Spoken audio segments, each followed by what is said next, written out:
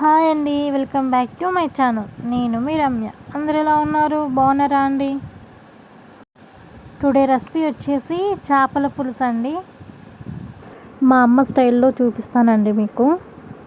ఎవరు తిన్నా ఆహా అనాల్సిందే, అంత టేస్టీగా ఉంటుందండి. ముందుగా చేపలని శుభ్రంగా కడుక్కోవాలి. సాల్ట్ను నిమ్మకాయ రసంతో శుభ్రంగా కడుక్కోవాలి. ఇలా కడుక్కోవడం వల్ల స్మెల్ కూడా రాదు. 1 kg ఫిష్ తీసుకున్నాను. 1 స్పూన్ కారం, 1 స్పూన్ సాల్ట్, కొంచెం పసుపు వేసుకోవాలి. ముక్కలకు ఉప్పు కారం పట్టేటట్టు మంచిగా కలుపుకోవాలి.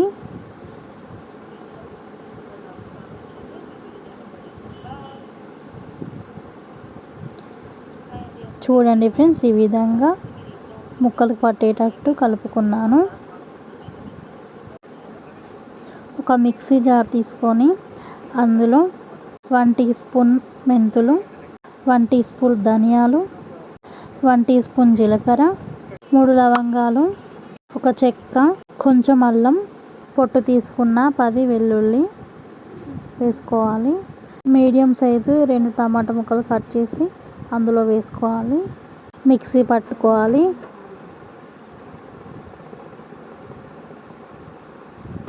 ఒక బౌల్లోకి సపరేట్ చేసుకోవాలి.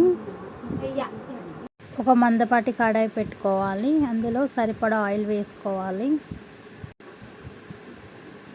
ఆయిల్ హీట్ అయ్యాక అందులో పచ్చిమిర్చి, ఉల్లిపాయ వేసుకోవాలి.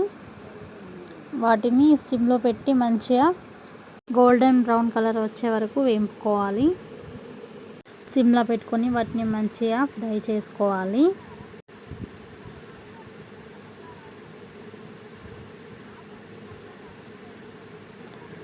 చూడండి ఫ్రెండ్స్, అవి మంచిగా ఫ్రై అయ్యాయి.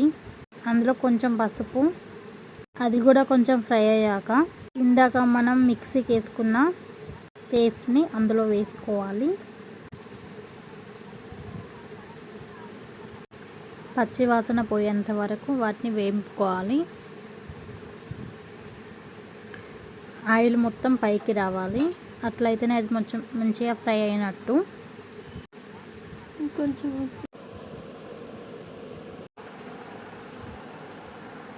2 టేబుల్ స్పూన్ కారం వేస్తున్నాను. మీకు రుచికి తగ్గట్టు మీరు వేసుకోండి. కొంచెం సాల్ట్ టేస్ట్కి తగ్గట్టు. వాటిని మంచిగా కలుపుకోవాలి. కారం మంచిగా నూనెలో ఫ్రై కావాలి.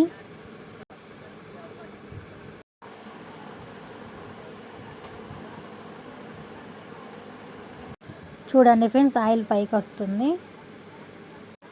ఈ సమయంలోనే చింతపండు గుజ్జు తీసేసి పక్కన పెట్టుకున్నాను. ఆ రసం అందులో వేసాను. ఉప్పు కారం సరిగ్గా ఉందో ఒకసారి చెక్ చేసుకోండి. నాకైతే బాగానే ఉంది. అది ఒక పొంగు వచ్చే వరకు అలానే మసలనివ్వాలి. ఇప్పుడు చేప ముక్కలను వేసుకోవాలి.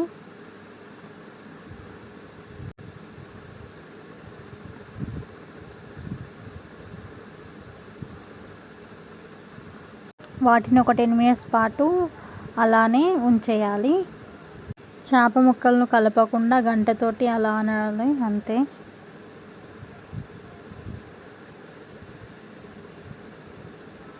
బాగా కలిపితే ముక్కలు విరిగిపోతాయి. చేపల పులుసు దగ్గరకు పడుతుంది. అందులో కొత్తిమీర వేస్తున్నాను. ఒక 5 మినిట్స్ ఉంచి దించేయడమే, అంతే. మన ఫిష్ కర్రీ రెడీ. చాలా సింపుల్గా ఈజీగా చేసుకోవచ్చు. ఒకసారి ట్రై చేయండి. ఒక్క ముద్ద కూడా వదలకుండా తింటారు. చాలా టేస్టీగా కూడా ఉంటుంది ఫ్రెండ్స్. ఒక్క ముక్క కూడా విరగకుండా ఎలా వచ్చిందో చూడండి. టేస్ట్ మాత్రం చాలా బాగుంది ఫ్రెండ్స్. ఒకసారి మీరు ట్రై చేయండి. నిజంగా చెప్తున్నానండి, చాలా బాగుంది. Subscribe my channel. Thank you.